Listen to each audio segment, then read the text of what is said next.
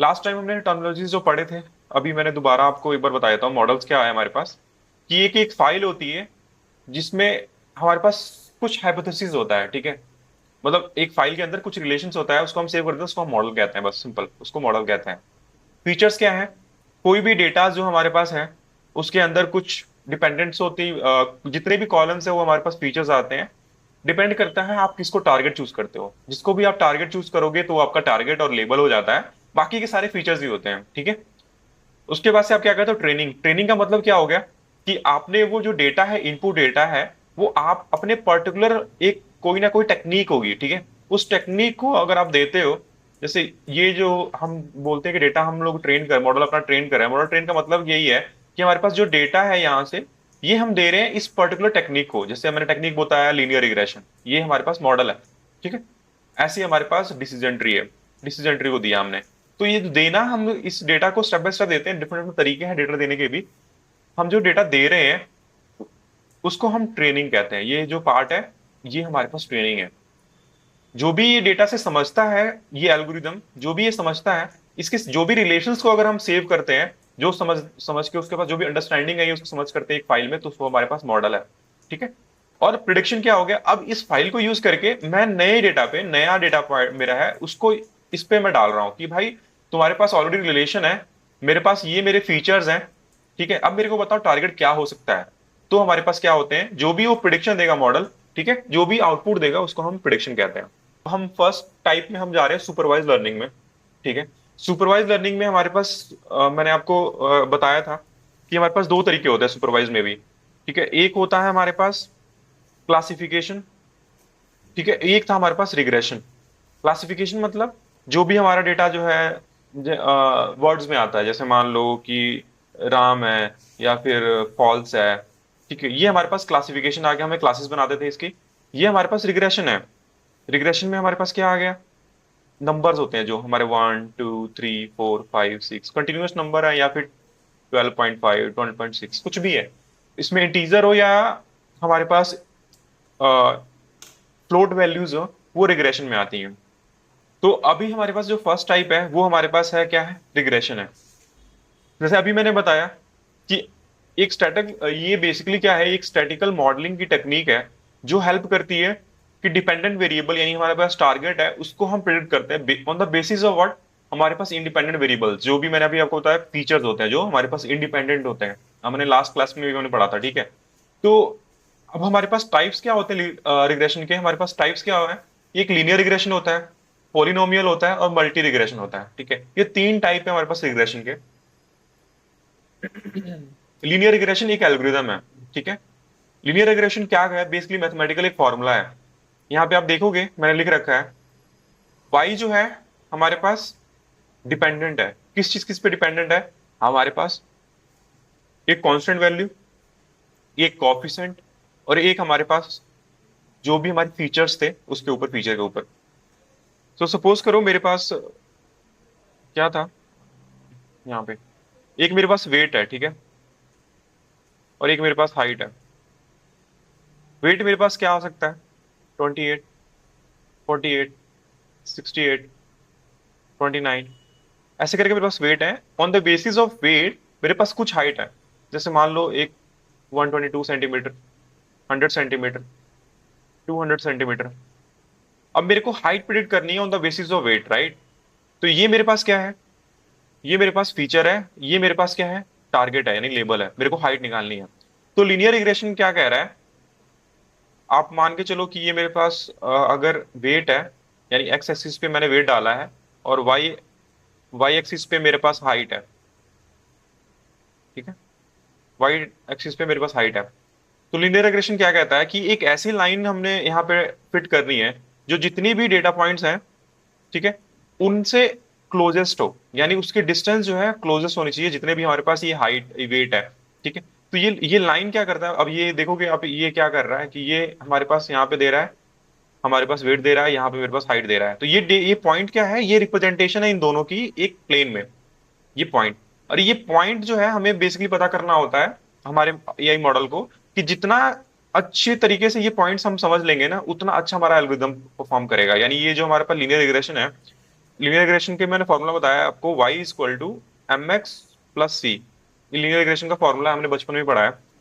m जो हमारे पास क्या होता है, ये हमारे पास कांस्टेंट है, वेरिएबल। और x क्या है हमारे पास, यहाँ पे हमारे पास वेट जो है वो x है। c क्या है, c हमारा इंटरसेप्ट है। ये जो लाइन है ये कहीं ना कहीं क्रॉस करती है, जहां पे भी क्रॉस करती है हमारे पास एक्स वाई प्लेन पे, ये जहां पे भी टच करती है उसको हम c करते हैं, c कहते हैं। तो अगर लाइन यहाँ टच कर रही है तो ऐसे जा सकती है, अगर यहाँ टच कर रही है तो ऐसे जा सकती है। तो ये लाइन की एक इक्वेशन है, ठीक है। वही चीज मैं आपको यहाँ पे समझा रहा था कि ये पॉइंट्स जो है हमारे पास, मान के चलो ये पॉइंट्स की रिप्रेजेंटेशन है हमारे पास हाइट और वेट की, और ये लाइन जो है वो ये है जो हमारे पास इक्वेशन है, ये लाइन की इक्वेशन है, ठीक है। लीनियर रिग्रेशन बेसिकली, अगर मल्टीपल चीजें, अभी मैंने आपको एक चीज दिखाया कि वो एक वेरिएबल था, अभी यहाँ पे हमारे पास क्या है, मल्टीपल वेरिएबल है। मल्टीपल वेरिएबल मींस अगर मान लो मेरे को हाउस अपना जो है उसके प्राइस डिटेक्ट करना है एक हाउस का, ठीक है। तो मल्टीपल चीजों पे डिपेंड करेगा ये प्राइस। किस पे डिपेंड करेगा, रूम्स पे डिपेंड करेगा, बालकनी पे डिपेंड कर रहा है, और कहाँ पे क्लोजेस्ट कौन से एरिया है, मार्केट से कितना दूर है, इन सब पे डिपेंड कर रहा है, राइट। तो ये सारे जितने भी फीचर्स हैं ये हमारे पास बहुत सारे हैं, एक नहीं है। तो इसलिए इसको मल्टी लीनियर रिग्रेशन कहा जाता है। देख रहे हो आप, एक फीचर, दो फीचर, ऐसे करके हमारे पास एन फीचर्स आ सकते हैं, ठीक है।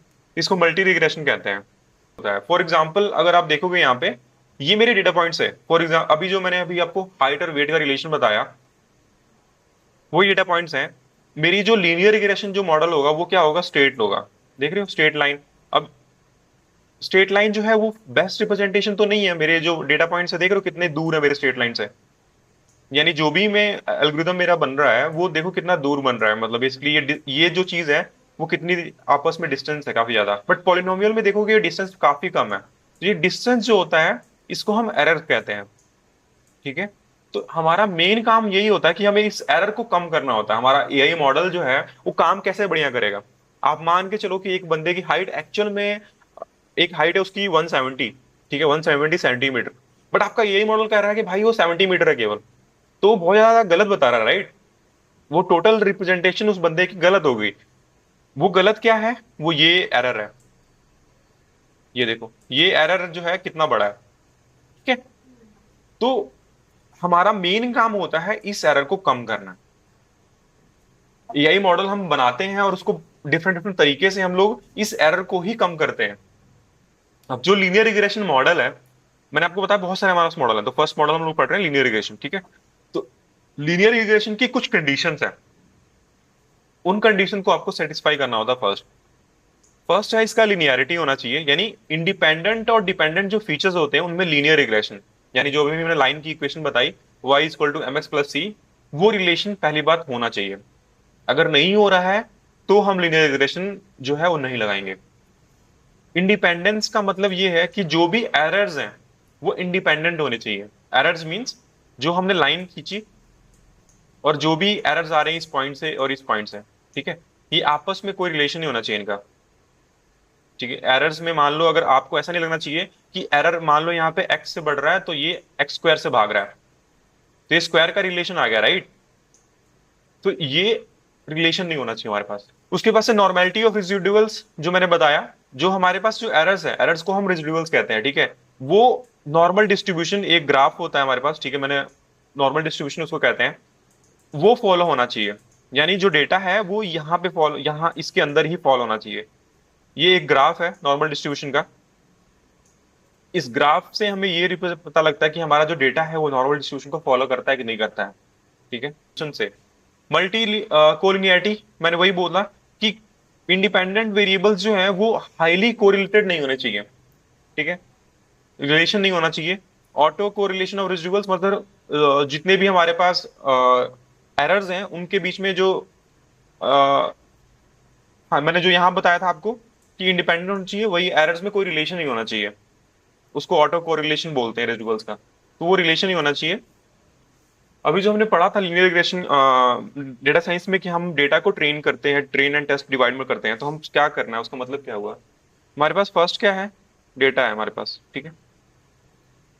जो भी हमारे पास डेटा है उसको हमने क्या करना है, ट्रेन करने के लिए हम उसको कुछ पार्ट में हमेशा तोड़ेंगे, यानी डिवाइड करेंगे।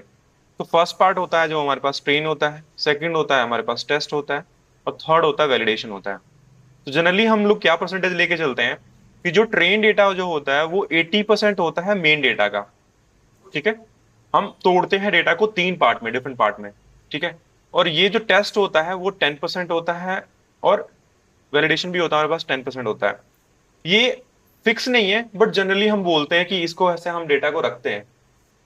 तो जो ट्रेन डेटा होता है, जो भी हमने निकाला है उसको हम मॉडल में डालते हैं ट्रेनिंग के लिए, और जो भी हमारे पास आउटपुट आता है उसको हम वैलिडेशन सेट से पहले वेरीफाई करते हैं, एंड देन हमारे पास जो फाइनल जो होता है वो टेस्ट सेट से हमारे पास जाके वेरीफाई होता है। ठीक है, इससे हेल्प क्या मिलती है हमारे पास, जो हमारे पास टेस्टिंग होती है ना वो इंडिपेंडेंट होती है। मतलब कोई भी डेटा ऐसा नहीं है, डेटा पॉइंट ऐसा नहीं है कि टेस्टिंग वाला जो है वो सेम ट्रेनिंग में है। अगर सपोज करो आपने ऑलरेडी देख रखा है, मॉडल ने आपने ऑलरेडी देख रखा है कि इसके घर का साइज ये है, ठीक है, और आपने देख रखा है कि इसके घर का साइज ये है, अब यही बंदा टेस्टिंग में जाएगा तो ये एग्जैक्टली बता देगा कि हाँ इसके घर की साइड ये है। ठीक है, इसको हम डेटा लीक कहते हैं। डेटा लीक नहीं होना चाहिए, इसीलिए हम डेटा को पहले ही डिवाइड कर दें। देखिए ट्रेनिंग का जो पैटर्न है वो आप समझो, और फिर जो सेम टाइप का डेटा आ रहा है टेस्टिंग का उसको आप यूज करो प्रिडिक्शन के लिए। तो हमें पता लगेगा कि आपने कितना अच्छी तरीके से समझा है। जैसे हम लोग स्कूल में करते हैं राइट, कि हमें पहले कंसेप्ट बताया जाता है, देन हमें असाइनमेंट्स मिलते हैं या कुछ भी मिलता है ताकि उसको परफॉर्म कर सके, ताकि कंसेप्ट जो आपने सीखे हैं वो अप्लाई कर सको। तो जो आप कंसेप्ट समझ रहे हो वही हमारे पास मॉडल है, हमारे पास जो ट्रेनिंग है। लीनियर रिग्रेशन हम एआई मॉडल में कैसे देखते हैं? तो सबसे पहले लीनियर रिग्रेशन यूज करने के लिए हमारे पास ऑलरेडी डिफाइंड है, बहुत मैक्सिमम चीजें हमारे पास स्ट्रीमलाइन है। ठीक है, तो हमें खुद से लिखने की जरूरत नहीं है, आप चाहो तो खुद से स्क्रैच से लिख सकते हो, बट ऑलरेडी लाइब्रेरीज बनी हुई हैं। जो मैंने इनिशियली जो फर्स्ट लेक्चर था उसमें बताया था लाइब्रेरीज क्या होती हैं, हमारे पास मल्टीपल लाइब्रेरीज हैं। आप इस पर्टिकुलर स्लाइड में आप देख पा रहे हो कि हमारे पास अभी तक आपने जो चीजें यूज की हैं वो पांडाज है, खुद में लाइब्रेरीज हैं। मशीन लर्निंग में मोस्ट पॉपुलर जो है ये लाइब्रेरीज यूज होती हैं, पांडाज, नमपाई, साइपाई हमने यूज नहीं किया, बट ये साइंटिफिक कैलकुलेशन के लिए हम लोग यूज कर सकते हैं। मैटप्लॉटलिब हमने देखा था, ग्राफ्स वगैरह बनाए थे। एडवांस ग्राफ बनाने हैं तो सीबॉन का यूज कर सकते हैं। मशीन लर्निंग एल्गोरिदम हमें अगर चाहिए, जो अभी हम लोग यूज करने वाले हैं, तो हम साइकिट लर्न एक लाइब्रेरी है, हम उसका यूज करेंगे, उसमें ऑलरेडी डिफाइंड है, तो हम वहां से सिंपल इसको कॉल करेंगे। ठीक है, इसी तरह से अगर हम डीप लर्निंग में जब जाएंगे, तो डीप लर्निंग में हमारे पास क्या है, टेंसर फ्लो है, हम टेंसर फ्लो को देखेंगे। टेंसर फ्लो जो है, केराज अब टेंसर फ्लो का पार्ट है, तो केराज एक लाइब्रेरी है जिसकी जिसकी हेल्प से हम डीप लर्निंग के बहुत सारी चीजें इंप्लीमेंट करते हैं। ठीक है, प्लॉटली हमारे पास, अगेन मैंने ग्राफ का बताया कि सीबोन और मैटप्लॉटली भी यूज करते हैं, वैसे ही हम प्लॉटली भी करते हैं। और एनएलटी के यूज होता है टेक्सुअल डेटा को कन्वर्ट करने के लिए। जब हम एनएलपी का थोड़ा बहुत देखेंगे डीप लर्निंग में, तो हम एनएलटी के यूज करेंगे, इसकी हेल्प से हम टेक्सुअल डेटा को क्लीन करते हैं और ट्रांसफॉर्म करते हैं। ठीक है, तो ये मोस्ट पॉपुलर है। तो अभी हमारे पास रिक्वायरमेंट के हिसाब से हम लोग मशीन लर्निंग एल्गोरिदम जो है यूज करने वाले हैं लीनियर रिग्रेशन, तो हम साइकिट लर्न यूज करेंगे। इसके अंदर हमारे पास बहुत सारे एल्गोरिदम है हमारे पास रखे हुए हैं। अब आप देखोगे लीनियर रिग्रेशन जो है, अगेन मैंने यहाँ पे लिख रखा है कि वेरिएबल्स जो होते हैं वो डिपेंड होता है दूसरे वेरिएबल्स पे, और मान के चलो ये हमारे पास एक्चुअल टारगेट था और ये हमारे पास मॉडल ने हमारे पास प्रिडिक्ट किया, तो ये हमारे पास बेस्ट फिट लाइन जो है मॉडल हमारे पास क्रिएट करना चाहता है, करता है। तो जो रेसिडुअल्स यानी एरर्स, जो मैंने क्या बताया आपको कि डिफरेंस होता है कि एक्चुअल में वैल्यू क्या थी और आपने क्या प्रिडिक्ट किया। यहाँ पे अगर मैं आपको बताऊं कि आपके मॉडल जो प्रिडिक्ट कर रहा है, यहाँ पे अगर सपोज करो ये वाई नॉट आपका मॉडल दे रहा है, अब हमने वेट और हाइट वाला देखा था, तो आप, और हमारे पास एक्चुअल हाइट हमारे पास ऑलरेडी है, तो अगर वेट के हिसाब से हमने इतना डेटा यूज किया ट्रेनिंग के लिए कि 100 सेंटीमीटर के लिए वेट इतना है, या सॉरी इतने वेट के लिए इतना है। ठीक है, तो ये हमारे पास ट्रेनिंग था। ये ट्रेनिंग में हमने जब डेटा दिया, हमारे पास एक मॉडल आया, फिर हमने टेस्टिंग में जो डेटा दिया है उसमें मान के चलो कि हमारे पास जो वेट है वो 125 है। ठीक है, तो मॉडल के पास जैसे ही हमने 125 भेजा, तो इसने एक आउटपुट देना है। मान के चलो इसने दे दिया कि 18 18 सेंटीमीटर। ठीक है, इसने हमारे पास एक हाइट दे दी, इसको हम प्रिडिक्शन कहते हैं। ठीक है, बट एक्चुअल आपके पास ऑलरेडी इसमें वाई वैल्यू है ही है। जो एक्चुअल वाई वैल्यू है आपकी, मान के चलो अगर वो 100 सेंटीमीटर है, तो ये डिफरेंस देख रहे हो कितना ज्यादा है। डिफरेंस जो भी है, डिफरेंस है हमारे पास 82 है आई थिंक ना, हाँ। तो 82 जो भी डिफरेंस है, ये हमारे पास रेसिडुअल्स है, ये हमारे पास एरर है। ठीक है, ये एरर्स को हम मिनिमाइज करते हैं। ठीक है, पहले मैंने पांडास किया, नमपाई किया, मैटप्लॉट भी किया है, आप देखोगे sklearn, अगर sklearn आपके सिस्टम में इंस्टॉल नहीं है तो आप क्या करोगे, पिप इंस्टॉल। अगर मेरे सिस्टम में ऑलरेडी इंस्टॉल है, अगर आप जब भी काम करने बैठोगे आपको नहीं दिखता कि नहीं इंस्टॉल है, तो आपको बस ये रन करना है, पिप इंस्टॉल scikit learn। तो ये sklearn जो है लाइब्रेरी इंस्टॉल कर देगा। देखो ऑलरेडी कह रहा है ये इंस्टॉल्ड है, और कहाँ, ठीक है, sklearn जो है हमारे पास ऑलरेडी इंस्टॉल्ड है, और कहाँ पे इंस्टॉल्ड है ये लोकेशन भी बता दे रहा है। अब देखोगे मैंने पांडास लिया, numpy लिया, मैटप्लॉटलिब लिया, मॉडल सिलेक्शन, sklearn में एक क्लास है जिसका नाम है मॉडल सिलेक्शन, उसमें से मैं क्या यूज कर रहा हूँ, ट्रेन टेस्ट स्प्लिट। जो अभी मैंने डेटा, मैं बताऊंगा इसको हम लोग क्या कैसे यूज कर रहे हैं। जो हमने स्प्लिटिंग कर रहे हैं वो इसकी हेल्प से हम करते हैं, ठीक है। इस तरह से ग्राफ के लिए मैंने सीबोन यूज किया है। और देखो कि लीनियर मॉडल, एसक्यूएल के अंदर एक क्लास क्या है, लीनियर मॉडल, उसके अंदर हम लोग क्या इंपोर्ट कर रहे हैं, लीनियर रिग्रेशन, ठीक है। लीनियर रिग्रेशन हम लोग अपना एल्गोरिथम इसमें इंपोर्ट कर रहे हैं। और मैट्रिसेस हम लोग पढ़ेंगे, जो हमारा एरर्स आ रहा है उसको हम मिनिमाइज करते हैं, तो उसके कई सारे तरीके हैं। तो मिनिमाइज करने के लिए हम लोग कई सारे स्कोर यूज करते हैं, मीन स्क्वायर एरर यूज करते हैं, R2 स्क्वायर यूज करते हैं। ये इनिशियली मैंने बताया था कि different different kind of errors होते हैं, ठीक है। तो अभी हम इसको अगेन दोबारा पढ़ेंगे, मीन स्क्वायर एरर क्या होता है, R2 स्क्वायर क्या होता है। अभी आप देखोगे मैंने कुछ नहीं किया है, एक रियल स्टेट का डेटा है वो ले रहा हूं और उसको रीड कर रहा हूं। मैं जुपिटर फाइल यूज कर रहा हूँ, इसलिए सेल बाय शेल आ रहा है। मैंने मॉडल जितने भी लाइब्रेरीज थी उनको इंपोर्ट किया, और मैंने अपने फाइल को रीड किया किससे, पांडा से। पीडी डॉट रीड हमने पढ़ा था, ठीक है। रीड करने के बाद से फर्स्ट काम हम उसको चेक कर रहे हैं उसके अंदर डेटा क्या है। आप देख रहे हो नंबर है, X1 transaction data, X2 house as है, ये सारी हमारे पास इंफॉर्मेशन है, हमारे पास सारा डेटा है। ये हमने कुछ डेटा को देखा है, समझा है कि ये डेटा है, ठीक है। अब इसका हम पहले क्या करेंगे, शेप देखेंगे। हमने शेप क्या देखा, हमारे पास टोटल नंबर ऑफ रोज क्या है, 400, जो हम अभी तक प्रोसेस करते आए हैं कि पांडास के थ्रू हम इंफॉर्मेशन देखेंगे कि कितने हमारे पास कौन कौन से डेटा टाइप हैं। देख रहे हो यहाँ पे 64 है, इंट 64 है, फ्लोट 64 है। फ्लोट का मतलब क्या होता है, डेसिमल पॉइंट, इंट का मतलब इंटीजर्स। तो ये सारा हमारे पास जो डेटा टाइप है डिफरेंट डिफरेंट फीचर्स का है, ठीक है। जब हमने कोरिलेशन देखा, ठीक है, आप देख रहे हो कि ट्रांजेक्शन वन के साथ कोरिलेशन क्या है, वन है। ऑफकोर्स साथ में जो भी अगर सेम चीज से उसका कोरिलेशन देखोगे तो वन ही आएगा। बट अगर आप इसका देख रहे हो ट्रांजेक्शन वन का कोरिलेशन किसके साथ, नंबर के साथ, तो ये देखो कितना दे रहा है, -0.048। इसी तरह से कोरिलेशन देख रहे हो डिस्टेंस थ्री का, नंबर थ्री का, सबका देख रहे हो आप रिलेशन नंबर के साथ। ये जितनी भी कॉलम्स हैं वो चेंज हो रही है किसके पर्सपेक्टिव में, नंबर के। अगर X1 ट्रांजेक्शन के बेसिस पे देखा जाए तो आप देख रहे हो ये रिलेशन है इनका। रिलेशन हमारे पास पॉजिटिव और नेगेटिव हो सकता है। रिलेशन का मतलब एक वैल्यू इंक्रीज हो रही है तो हो सकता है दूसरी भी इंक्रीज हो, एक वैल्यू डिक्रीज हो रही है तो हो सकता है दूसरी भी डिक्रीज हो, ठीक है। इस तरीके से हमारे पास रिलेशन हो सकता है। अब इसको हम थोड़ा ग्राफ से देखते हैं। तो मैंने क्या किया, सीबोन में एसएनएस को मैंने इंपोर्ट किया। सीबोन के थ्रू मैं क्या कर रहा हूँ, एक हीट मैप को कॉल कर रहा हूँ, और उसके अंदर पास कर रहा हूँ अपना को रिलेशन का, अभी जो हमने देखा था, ठीक है। और एनोटोट एनोट को मैंने ट्रू किया, और ताकि वो हमारे पास क्लियर मेरे को पिक्चर दिखा सके।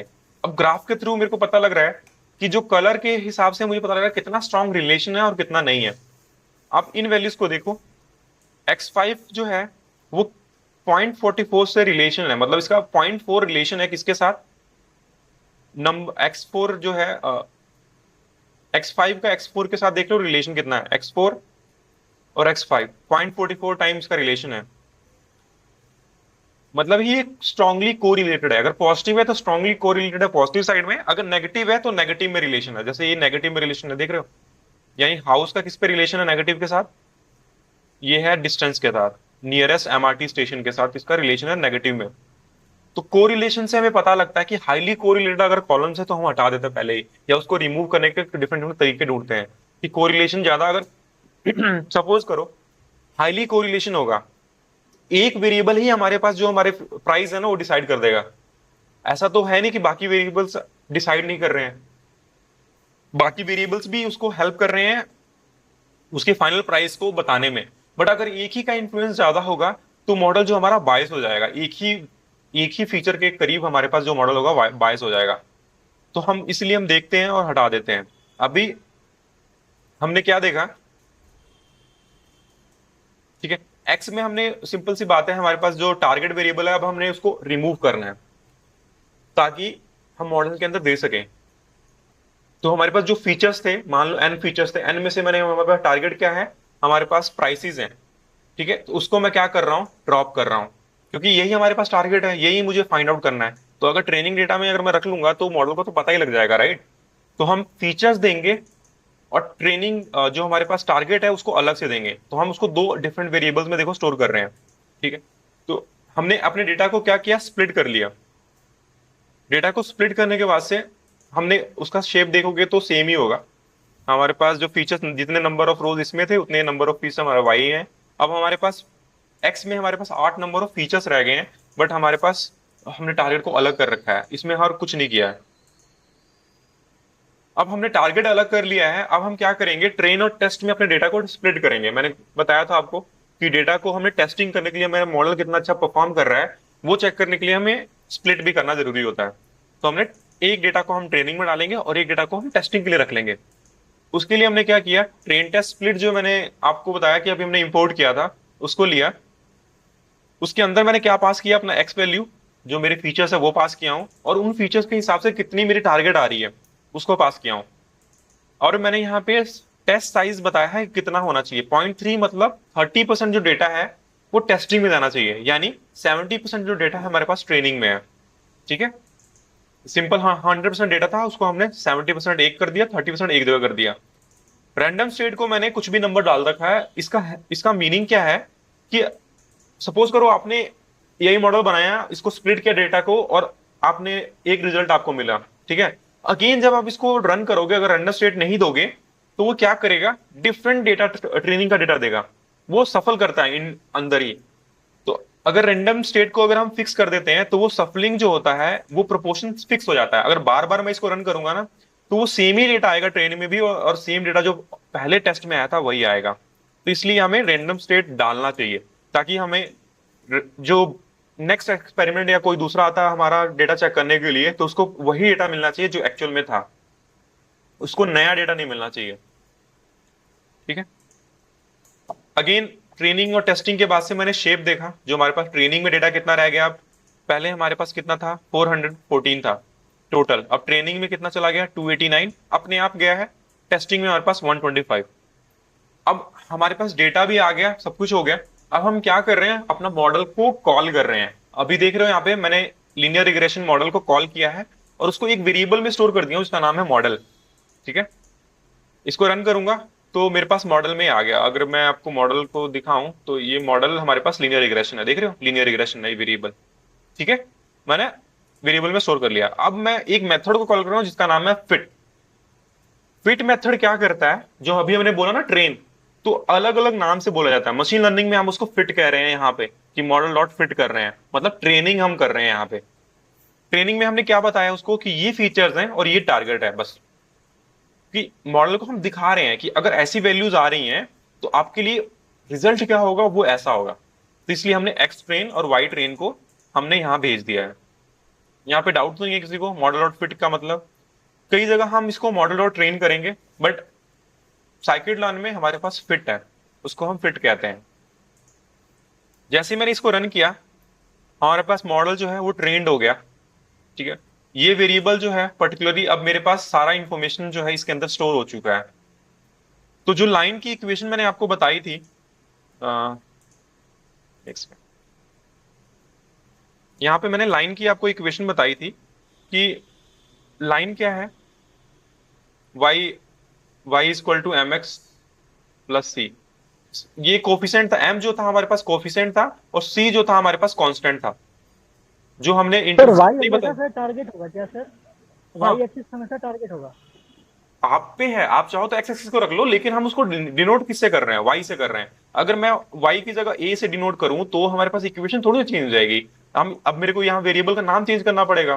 तो अब मैंने यहाँ पे एक्स लिख रखा था, इसकी जगह हो सकता है मैं बी लिख दूं, प्लस सी लिख दूं। तो अभी मेरे पास जो टारगेट क्या ओके है वो ए है, मैंने, मेरे पास फीचर्स क्या थे, वो बी थे, ये था इंटरसेप्ट, और ये था मेरे पास जो वेट है, यानी जो हम लोग इस चीज को कम करने के लिए जो वैल्यूज ये बता रहा है, ये जो कांस्टेंट वैल्यू दे रहा है, इसको हम कोफिशिएंट कहते हैं, ठीक है। तो अभी हम लोग कोफिशिएंट देखेंगे कि हमारे पास मॉडल हमारा जो ट्रेन हुआ है उसका कोफिशिएंट क्या है। तो आप देखोगे ये रहा उसका कोफिशिएंट। अब ये कोफिशिएंट आप देखो कितने हैं। अब यहां पे ये देखो कितने हैं हमारे पास, 1 2 3 4 5 6 7। हमारे पास 7 कोफिशिएंट क्यों है, क्वेश्चन आना चाहिए। क्योंकि हमारे पास जब हमने डेटा को स्प्लिट किया था, ठीक है, ट्रेन और टेस्ट में, तो हमारे पास नंबर ऑफ फीचर्स कितने हैं आप देखो, काउंट करो। अब हमने हेड निकाला था, कितने थे हमारे पास, 7 थे। इसीलिए ये 7 जो है हमारे पास आ रहा है, हमारे पास कोफिशिएंट आ रहे हैं 7। अब उसको अगर मैं आपको समझाऊं कि ये इक्वेशन में आपको कैसे दिखेगा, ठीक है। अभी मैंने आपको बताया कि y प्लस एम एक्स जो है हमारे पास वो फीचर है, right. y is equal to m x plus c, ठीक है। ये हमारे पास क्या था, m naught c naught plus m1 x, ये x1 होगा, ये हो सकता है x2 हो, या फिर सेम x1 भी होगा। तो भी हमारे हर फीचर्स के लिए हमारे पास क्या होगा, m चेंज होगा। तो m1 हो गया, x1 हो गया, c1 हो गया। देन अगले फीचर के लिए m2 हो गया, x1 हो गया, c2 हो गया। देन अगेन m3 हो गया। पॉइंट समझ रहे हो कि जितने नंबर ऑफ फीचर्स हैं वो फीचर्स यहाँ पे चेंज होते हैं, राइट। ये जो x तो था ये एक फीचर था, अगले में दूसरा फीचर आ गया, और उसी के हिसाब से हमारे पास कांस्टेंट भी चेंज हो रहा है। तो ये मैं बस आपको बता रहा हूँ कि लीनियर रिग्रेशन की एक लाइन जो है वो है। अब हमारे पास कोफिशिएंट हमने देख लिया, राइट, कि हमारे पास कोफिशिएंट क्या थे। अब आइडली इसका मीनिंग क्या है, ठीक है। आइडली इसका मीनिंग क्या है कि आप देखोगे हर कोफिशिएंट हर नंबर के कोरस्पॉन्डिंग में क्या हमारे मॉडल ने सीखा है। इस सीखने की हेल्प से हमारा मॉडल क्या होगा, प्रिडिक्ट करेगा, कुछ वैल्यूज को निकालेगा, ठीक है। वो निकालने के लिए हम क्या करेंगे, हम चेक करेंगे, किससे हम चेक करेंगे, टेस्ट डेटा पे चेक करेंगे। हमारे पास देखोगे हमारे पास एक्स जो टेस्ट है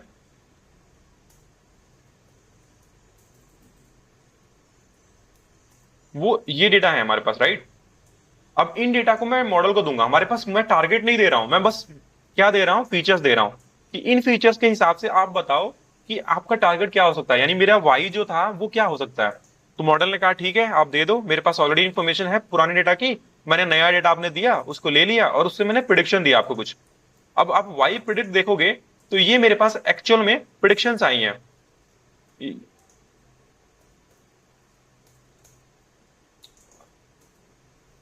ठीक है। ये नंपा एरे है, तो हम लोग फर्स्ट वैल्यू देखते हैं। अब इसने देखो फर्स्ट एरे का प्रिडिक्शन क्या दिया है, 12 दिया है, 12.8। बट हमारे पास तो एक्चुअल वाई भी है। अभी हमारे पास रियल रियल टाइम में हमारे पास भले ही ना हो, ठीक है, लेकिन हमारे पास फिलहाल डमी डेटा जो है उसमें नहीं होगा। अब फ्यूचर में अगर मान के चलो मेरे पास प्रिडिक्शन है ही नहीं, तो हम लोग चेक ही नहीं कर पाएंगे कि हमारे पास क्या है। लेकिन इसीलिए हम मॉडल को जब ट्रेन करते हैं ना, तभी हम लोग सब ये डेटा को स्प्लिट कर देते हैं। ट्रू वैल्यू हमारे पास ऑलरेडी है, मॉडल जो देगा और हमारा जो ट्रू वैल्यू है उससे हम देखेंगे कि मॉडल कितना गलत प्रिडिक्ट कर रहा है। तो जो हमने वाई टेस्ट देखा, आप देख रहे हो मेरे पास 19.2 था, ठीक है, फर्स्ट वैल्यू जो है इसकी। देखो 176 इसका इंडेक्स नंबर है, 176 इसका है, ठीक है। इसमें हमारे पास वाई टेस्ट में हमारे पास एक्चुअल वैल्यू क्या थी, 19.2। बट मेरा मॉडल क्या कह रहा है, मॉडल कह रहा है 12.8। ये गलत प्रिडिक्शन कितना दे रहा है, अब इसका डिफरेंस निकालोगे तो ये हमारे पास कितना है, 7 का ऑलमोस्ट डिफरेंस दे रहा है, यानी 7 का प्लस माइनस डिफरेंस हमारे पास यहाँ पे। अब इस डिफरेंस को हमने क्या करना होता है, कम करना होता है। मॉडल तो हमने देख लिया हमारा मॉडल दे रहा है, बट अब इस डिफरेंस से हमारे पास एक्चुअल में हम डिप्लॉयमेंट में जाएंगे तो हमारा मॉडल फेल ही करेगा, बार बार गलत इंफॉर्मेशन देगा, ठीक है। तो अब हम इसको कम करेंगे। कम कम करने के लिए हम लोग क्या करते हैं, मॉडल को कॉस्ट फंक्शन, यानी वो एरर जो है उसको कम करने के तरीके डिफरेंट, उसको हम कॉस्ट कहते हैं, कॉस्ट यानी कि उसको कम करते हैं, ठीक है। अब हम 3 तरीके हमने इनिशियली पढ़े थे कि रिग्रेशन मॉडल अगर है यानी नंबर्स हैं उसको हम लोग कम कैसे कर सकते हैं, उसके एरर्स को कैसे कम कर सकते हैं। उसके 3 इवेल्युएशन मैट्रिक्सेस हैं। फर्स्ट हमारे पास क्या है, मीन स्क्वायर्ड एरर। इसका फॉर्मूला है, इसमें कुछ नहीं है, वो सिंपल सा फॉर्मूला है, वाई यानी actual value minus predicted value. अभी हमारे पास एक्चुअल वैल्यू क्या थी, हमारे पास प्रिडिक्ट क्या थी, उसका square by total number of terms, कितने नंबर हमारे पास टर्म्स थे। ये फॉर्मूला हमारे पास मीन स्क्वायर्ड एरर का है, ये याद रखना, ये पूछा जाता है और इंटरव्यू अगर दोगे आप कहीं भी जाओगे तो ये पूछेंगे मीन स्क्वायर्ड एरर क्या होता है। ये एरर हमारे पास कैलकुलेट करने का टर्मिनोलॉजी है, इससे हमें पता लगता है कितना एरर है हमारे डेटा में। ये एक वैल्यू देगा हमारे पास, मीन स्क्वायर्ड एरर हमारे पास एक वैल्यू देगा, उसको हमने क्या करना है, कम करना होता है।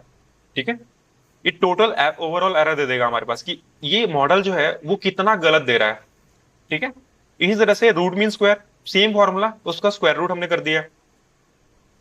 अगेन हमारे पास मीन एब्सोल्यूट एरर आता है, ये हमारे पास क्या कह रहा है, स्क्वायर नहीं है, ये डिफरेंस है, एब्सोल्यूट डिफरेंस है कि मॉडल हमारा पॉजिटिव में भी इतना जा सकता है, एवरेज डिफरेंस देता है ये। Mean square, mean absolute error को आप एवरेज में मान लो कि एवरेज एरर कितना है मॉडल के अंदर, कि मान के चलो कि आपका मॉडल जो है वो 5 दे रहा है mean absolute error, which means 5 plus और 5 माइनस, मेरा मॉडल जो है वो एवरेज में गलत है। हो सकता है वो ज्यादा भी गलत हो कई कई पॉइंट्स में, बट उन सबको सम करोगे और डिवाइड करोगे तो उसका एवरेज कहां पे आएगा, वो 5 पे आएगा। ठीक है, तो मीन एब्सोल्यूट एरर भी हम कैलकुलेट करते हैं। ठीक है, आप देखोगे तो मीन एब्सोल्यूट एरर समझना बहुत इजी है क्योंकि वो एवरेज है, ऑफकोर्स जितने भी हमारे पास एरर्स है वो एवरेज है।